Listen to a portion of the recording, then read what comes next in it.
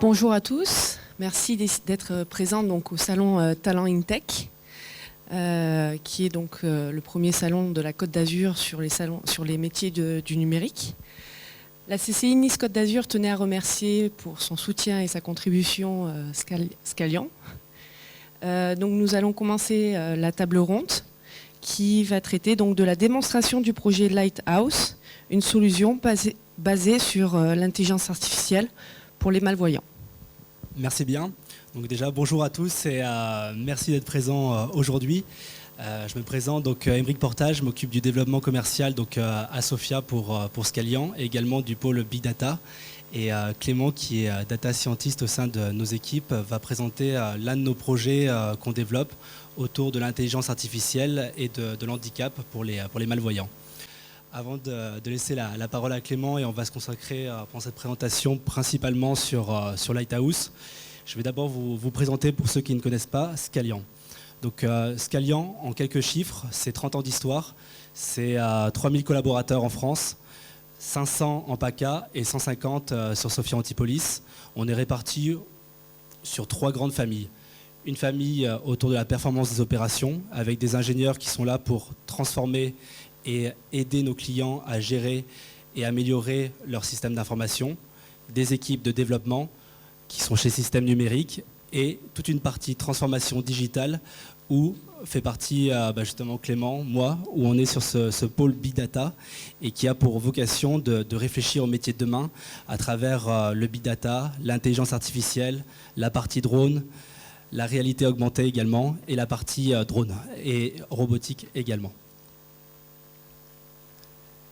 Étant donné qu'on est sur un salon recrutement, j'en profite, on recherche aussi bien des stagiaires que des gens pour nous rejoindre et je dirais continuer l'histoire qu'on est en train de créer, aussi bien en France à Sofia qu'également à l'international.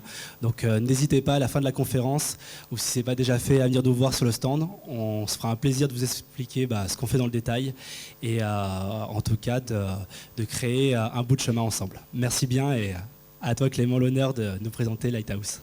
Merci Aymeric. Ça peut servir. Donc le projet Lighthouse, en fait, c'est une application qui vise à aider les personnes aveugles et malvoyantes à retrouver des objets de leur quotidien, tels que des lunettes, une télécommande, autre chose, une tasse de café, dans un environnement privé. Donc un environnement assez fixe où ils ont des meubles qui ne bougent pas, tels une table, une télé ou des choses comme ça. On est parti en fait à la base de quelques chiffres. C'est des chiffres issus d'une étude de l'INSEE qui disent que 1,7 million des personnes en France sont atteintes de troubles de la vision.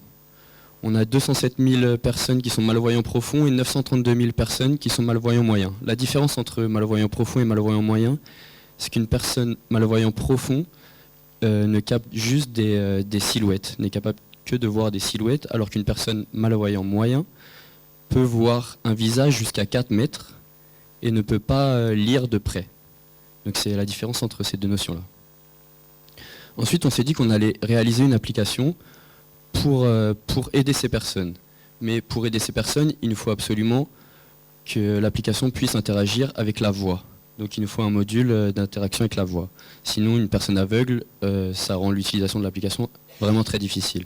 Donc on a imaginé l'idée, en fait, comme on utilise Siri, d'interagir avec l'application en lui disant « Hey Lighthouse » pour que l'application s'ouvre. Ensuite, l'application nous informe la personne qu'elle est ouverte. Et ensuite, on peut commencer le processus de détection. Ici, l'utilisateur indique ce qu'elle recherche, en l'occurrence une tasse de café. Et dans le contexte qu'on voit ici sur l'écran du smartphone, l'application lui retourne des informations d'orientation et de direction pour trouver cet objet recherché. Donc ici, la tasse est sur la table près d'un ordinateur portable. On estime que la personne sait où est la table et sait qu'il y a un ordinateur sur cette table. C'est des objets qui ne sont pas amenés à bouger très très très souvent. Comment on a réalisé ça en termes techniques? On a utilisé des API Google pour tout ce qui est text-to-speech et speech-to-text. On a utilisé aussi un réseau de neurones qui est déjà développé, qui est déjà existant, qui s'appelle YOLO V3. Et on a rajouté de notre expertise dessus en en développant des modules qui vont nous permettre d'orienter les personnes vers l'objet recherché. La détection d'objets, comment ça marche? C'est des réseaux de neurones qui vont, dans chaque image, détecter tous les objets présents en fonction des catégories sur lesquelles le réseau de neurones a été entraîné. Donc si on prend une image basique, le réseau de neurones va détecter ici le chien, le vélo et le camion, avec un certain degré de confiance, comme on peut voir dans le tableau à gauche. Et nous, on peut choisir un seuil à partir duquel on veut détecter les objets. Ici, par exemple, si moi j'estime au fond que c'est pas un camion, que c'est une voiture ou un pick-up, et que pour mon application, il va falloir quelque chose de très très précis, je peux dire, ok, bah, le seuil que je mets, c'est au-dessus de 60%. Il faut que l'algorithme soit sûr à plus de 60% qu'il s'agit bien de cet objet. Nous, pour l'application, on a choisi un seuil à 30%. À 30% parce qu'il nous faut le plus d'objets possible pour être capable de donner une orientation et une direction à une personne. Pourquoi on a choisi YOLO parmi la multitude d'algorithmes qui existent sur le marché? Parce que d'une part, on développe une application mobile, donc on a une ressource hardware sur les smartphones qui est limitée. Donc il nous faut un algorithme qui ait des bonnes détections et qui marche aussi très rapidement. Et si on suit le tableau, les 3 dernières lignes, YOLO, c'est parmi les meilleurs taux de précision et le temps de traitement le plus rapide. C'est simplement pour ça qu'on a choisi YOLO V3. Alors à ce niveau-là, on fait de la détection d'objets. Jusqu'à maintenant, on a de la détection d'objets. Est-ce que c'est assez? On arrive à détecter un objet dans une image. Est-ce que, juste avec cette détection, on arrive à indiquer à l'utilisateur comment atteindre cet objet? Pour l'instant, non. Donc il a fallu qu'on développe des parties pour permettre aux utilisateurs d'atteindre ces objets. Pour ça, on a développé 3 modes. Un mode contexte, un mode sphérique et un mode écho. C'est 3 façons différentes d'atteindre l'objet. Le mode contexte, c'est le mode que vous avez vu un peu plus haut avec les petits dessins de dialogue. On va toujours interagir avec l'application de la même façon, mais l'application va nous répondre d'une façon différente. Ici, elle va nous répondre, le verre est sur la table, à côté de l'ordinateur et à gauche d'une souris. C'est-à-dire qu'il détecte tous les objets, il détecte quel objet est à gauche de quel objet est à droite de quel objet, et il va nous donner la phrase la plus complète possible, la plus précise possible, pour pouvoir atteindre cet objet. Le mode sphérique, c'est un mode un peu plus complexe qui va nous retourner des coordonnées géographiques. C'est-à-dire qu'il va détecter l'objet et il va nous dire le verre est à 1 heure à droite, 2 heures plus bas et à une distance d'1 mètre. Ça implique que l'utilisateur est capable d'utiliser ces données-là. Si l'utilisateur n'est pas capable d'utiliser ces données-là, il y a un dernier mode, le mode écho. C'est un radar, c'est simplement un radar. Il se divise en 2 phases. C'est-à-dire qu'il y a une phase de ciblage où on va prendre le téléphone ciblé de cette façon-là. Plus la fréquence du bip est élevée, plus on est dans la bonne direction. Quand on a un bip continu, c'est que l'objet est en face de nous. Au bout de 3 secondes de bip continu, on rentre dans la 2e phase, qui est la phase d'approche. Et on va s'approcher lentement de l'objet. Et toujours de la même façon, plus la fréquence est élevée, plus on est proche de l'objet. Quand on a un bip continu, on est juste devant l'objet, on peut s'en saisir. Ça ne marche pas. Là, c'est une vidéo du mode contexte, comment il fonctionne actuellement sur l'application. Donc on voit que tous les objets du contexte sont détectés en continu, et des phrases, comme vous voyez en bas, c'est les phrases qui sont générées après. Je vous rassure, on ne génère pas autant de phrases que ça, ce serait un flux continu d'informations. Donc on a intégré une courte mémoire à l'application afin d'éviter les faux positifs. Et on estime qu'un objet est vraiment présent dans la scène à partir du moment où il est détecté plus de 2-3 fois. Donc pareil, de la même façon, on utilise toutes les tables. Par exemple, si on prend juste sur la dernière image, on voit la tasse est à droite de la chaise. S'il y a une autre phrase qui a été générée avec la tasse est à gauche, je ne sais pas, de l'écran par exemple, il y a une 3e phrase qui va être générée en disant la tasse est entre la chaise et l'écran. Et c'est en utilisant cette mémoire et toutes les données qu'on met dans cette mémoire, on essaye de générer la phrase la plus complète possible et la plus précise possible afin de pouvoir donner la meilleure direction à l'utilisateur. Alors on voit à droite d'autres informations. On a utilisé différentes méthodes afin de pouvoir aussi indiquer de détecter la profondeur de chaque objet dans une scène, de pouvoir dire par exemple la chaise est devant l'écran ou l'écran est derrière la chaise. Ça se fait juste en comparant une image à l'image T-1, à son image précédente. En bougeant l'écran, en fonction de la vitesse de déplacement de chaque objet, on est capable de dire si un objet est derrière un autre ou pas en fonction de sa vitesse de déplacement. Donc pour résumer un peu ce que fait l'application Lighthouse, on est capable de décrire une scène, donner une direction jusqu'à cet objet, guider l'utilisateur pas à pas jusqu'à cet objet. L'application elle a en aucun cas but de remplacer des outils comme le chien guide par exemple, d'une part parce que le chien guide est totalement capable de faire ce que l'application fait, mais on ne remplacera jamais le côté affectif qu'une personne peut lier avec son chien à travers l'application. Et on n'a pas vocation à faire ça. Et on ne peut pas guider l'utilisateur en plein air. Au début de la présentation, je disais un contexte privé parce qu'on peut s'appuyer sur des objets fixes. Dans tous les exemples que je vous ai montrés, on a une table, une chaise, des objets qui ne bougent pas. Si on essaye de détecter par exemple, on va dire que, je sais pas, on fait tomber son stylo dans la rue. L'application, si on montre, elle va dire le stylo est à côté d'une personne, le stylo est à côté du banc. Mais si cette personne bouge, il va nous dire le stylo est à côté d'une voiture. Et ça va changer en continu, en continu, en continu. Et on n'a pas d'informations vraiment très très précises sur comment retrouver cet objet. Donc ça, c'est des améliorations qu'on va apporter à cette application. Pour finir un peu la présentation, pour ceux qui ont eu la chance de passer au stand et de nous rencontrer ce matin, on avait fait un petit jeu. Il fallait deviner des rébus. Et donc il y avait des prix à gagner, comme on l'avait indiqué. Donc je vais tirer au sort une personne qui est passée ce matin et qui aura la chance de gagner énormément de chocolat. Vous avez qu'à venir, trop tard. Donc c'est Noémie Simon qui a gagné. J'invite Noémie à passer à notre stand tout à l'heure pour qu'on lui remette son prix et ses chocolats. Hop, je remets ça. Et si vous avez des questions concernant l'application, c'est maintenant. Je vais faire un peu d'image de reconnaissance de forme, mais je veux savoir si la catégorisation des objets était faite par YOLO ou par vous. Quand on utilise YOLO de base, il y a 80 catégories d'objets qui sont détectables. Après, il est toujours possible de détecter, de réentraîner le réseau de neurones afin d'en détecter plus ou d'en détecter d'autres. C'est de l'entraînement, c'est toujours de l'entraînement.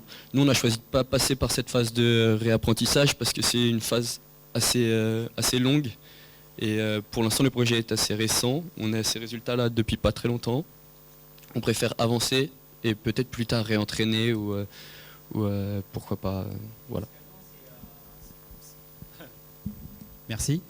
Pour Scalian, c'est un projet pour un client particulier ou vous êtes éditeur sur ce projet, cette solution? C'est un projet totalement interne pour notre équipe du centre d'expertise Big Data Data Science. Excusez-moi, je veux juste dire qu'on peut ajouter des caméras dans la maison et comme ça, si la tasse de café elle est dans la cuisine et l'application ne peut pas la voir parce que il peut dire elle est dans la cuisine. Donc on peut ajouter ça. Ça fait partie effectivement des évolutions. Là, on est vraiment sur cette phase de POC dans un premier temps. Et c'est en la présentant lors d'assemblée, en échangeant. Et effectivement, ça fait partie des idées futures. En tout cas, c'est vraiment d'avoir une maison connectée avec une application également connectée. Et pour aller plus loin, on imaginait même par la suite avoir peut-être des robots également qui pouvaient contribuer à ça également. Oui, même dans le jardin, par exemple, on peut mettre dans le caméra sur la casque de cette personne, derrière lui, comme ça, elle peut détecter même derrière. Parce que c'est vrai, avec l'application mobile, on peut que regarder devant. On ne peut pas derrière le dos ou si c'est quelque chose cache vraiment l'objet. Voilà. Non, vous avez complètement raison et j'en profite, on est vraiment au début. Tous ceux qui ont des bonnes idées, qui ont envie de nous aider, vous êtes les bienvenus. Vous envoyez un petit message et on se réunit, on échange et on voit comment on peut avancer. Aujourd'hui, on le construit chez Scalian, mais on est complètement ouvert à agrandir le scope et avancer avec vous en tout cas. Donc, Je suis à la recherche. volontiers en tout cas. Merci. Alors je voulais savoir si le projet Lighthouse allait bientôt se transformer en une sorte d'implant optique, donc à l'avenir, parce qu'on parle des robots, on parle aussi à court terme ça va être le HoloLens. Donc je me demandais si à l'avenir il y aura de plus en plus de fonctions, notamment qui est d'intégration dans le corps humain. Désolé. Hein. Oh non, il n'y a pas de souci, c'est une bonne question. On n'a pas réfléchi encore aux implémentations dans le corps humain propre. On a réfléchi à des implémentations, par exemple, dans des lunettes. On a déjà eu des contacts et on travaille avec la société LCLC. Je ne sais pas si vous connaissez cette société, c'est ceux qui ont fait les lunettes contre l'endormissement au volant. Et on utilise leur savoir-faire, on essaie d'utiliser leur savoir-faire afin de, pourquoi pas utiliser des lunettes au lieu d'utiliser le smartphone. Ce serait plus simple, ou peut-être pourquoi pas, on ne se ferme pas de porte en fait avec l'utilisation d'objets et de l'application. À terme, c'est pas d'avoir l'application dans le téléphone, c'est d'avoir une plateforme et plein d'objets possibles qui puissent utiliser cette application. Je crois que j'ai peut-être une idée pour ça, on en discutera. Avec plaisir.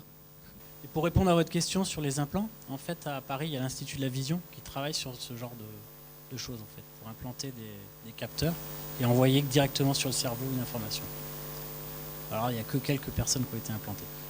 Voilà. C'est juste. Oh non, il n'y a pas de souci. Et nous on est effectivement, comme j'ai parlé avec vous, on travaille sur le même sujet et on cherche des partenaires pour faire avancer cette solution pour les personnes malvoyantes. Donc à l'heure des enceintes connectées, des Google Home, etc., est-ce que vous avez déjà, c'est dans l'optique de développer justement des reconnaissances pour la maison complète, puisque maintenant on peut parler dans la maison sans avoir besoin de scanner avec le smartphone devant nous, puisque vous y avez peut-être déjà pensé, j'imagine. C'est totalement dans la même optique d'utiliser les caméras. On s'était dit, si les gens ont des maisons connectées à ce niveau-là, ils auront une Google Home ou d'autres enceintes comme ça. Ils pourront interagir avec la voix, avec l'enceinte. Et l'enceinte, toute l'application utilisera des caméras qui seront dans la maison. Et l'enceinte indiquera juste l'objet dans la chambre. La dernière fois que j'ai vu cet objet, c'était là. Vous êtes parti la dernière fois avec cet objet dehors, je ne sais pas, mais c'est clairement dans le meilleur des mondes, dans le meilleur du projet qu'on pourrait faire, ce serait le but à atteindre. Par exemple, ça, vous visez entre guillemets le marché des gens malvoyants, mais est-ce que vous envisagez d'utiliser cette technologie dans les autres industries, par exemple, et si oui, dans quel domaine? Le projet Lighthouse est un des premiers projets de notre équipe. Et bien sûr qu'on a envie d'utiliser les compétences qu'on a acquises en développant ce projet. On a envie d'exporter ces compétences dans d'autres projets qu'on pourrait réaliser avec des clients ou autres. C'est quelque chose de fondamental dans notre approche de ce projet. On est un peu dans la découverte de nouveaux mondes, de nouvelles technologies, etc. Mais on a envie de développer des réelles compétences et de pouvoir les proposer à nos clients par la suite. Vu que là vous développez donc un projet pour les handicaps, enfin pour le handicap du moins au niveau de la vue, et que vous avez une section sur la robotique, est-ce que vous pensez développer quelque chose pour d'autres formes d'handicap, telles que des prothèses ou quoi dans le futur? Effectivement, ça fait partie de la roadmap, mais là-dessus, là on a commencé par ce sujet-là. Je pense que c'est des choses où on y arrivera d'ici à peu près entre 3 et 5 ans à peu près. Mais effectivement, ça fait partie de la roadmap en tout cas. Et je vais aller plus loin, ça va également dans des sujets qu'on a côté Scalian, c'est vraiment la santé au cœur de l'entreprise et également dans l'humain augmenté. Donc c'est vrai que c'est des sujets qui sont très intéressants en tout cas. Super, merci pour ces échanges. Je pense qu'on peut remercier la société Scalian. Vous voulez dire un dernier mot ? Non, c'est bon, merci à tous de nous avoir écoutés. Merci, bravo.